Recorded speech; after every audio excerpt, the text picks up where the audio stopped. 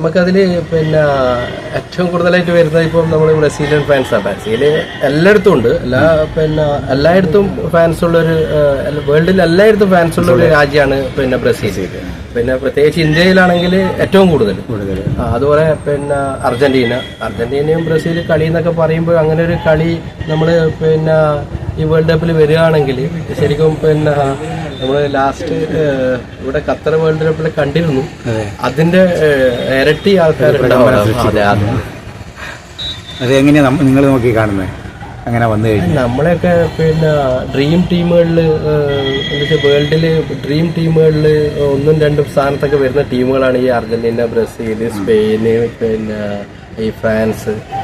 അപ്പൊ അതൊക്കെ നമ്മൾ കളി തന്നെ നമുക്കിപ്പോൾ ഞാൻ കഴിഞ്ഞ വേൾഡ് കപ്പ് കാണാൻ വേണ്ടി ഞാൻ പിന്നെ ഖത്തറിലുണ്ടായിരുന്നു.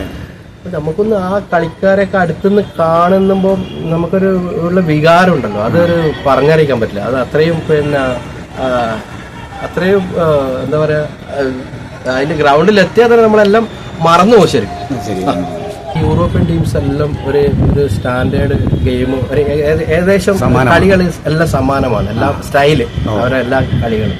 അതിൽ ഒന്നുകൂടി മെച്ചപ്പെട്ടാണ് നമ്മൾ സ്പെയിനിന്റെ പിന്നെ 1 ടച്ചും 2 ടച്ചും നിറഞ്ഞ ഗെയിമുകളാണ്. അപ്പോൾ സ്പെയിനിൽ നമുക്ക് ബാഴ്സലോണയിലിട്ട് പിന്നെ പ്ലേയേഴ്സ്, റിയൽ മാഡ്രിഡിന്റെ പ്ലേയേഴ്സ് എല്ലാം ഒത്തിണങ്ങിയിട്ട് വരുമ്പോൾ അതും ഒരിക്കലും എഴുതിത്തള്ളാൻ പറ്റാത്ത മികച്ച ഈ 4ലും 8ലും വരുന്ന ടീമുകളിൽ ഒന്നാണ് സ്പെയിൻ.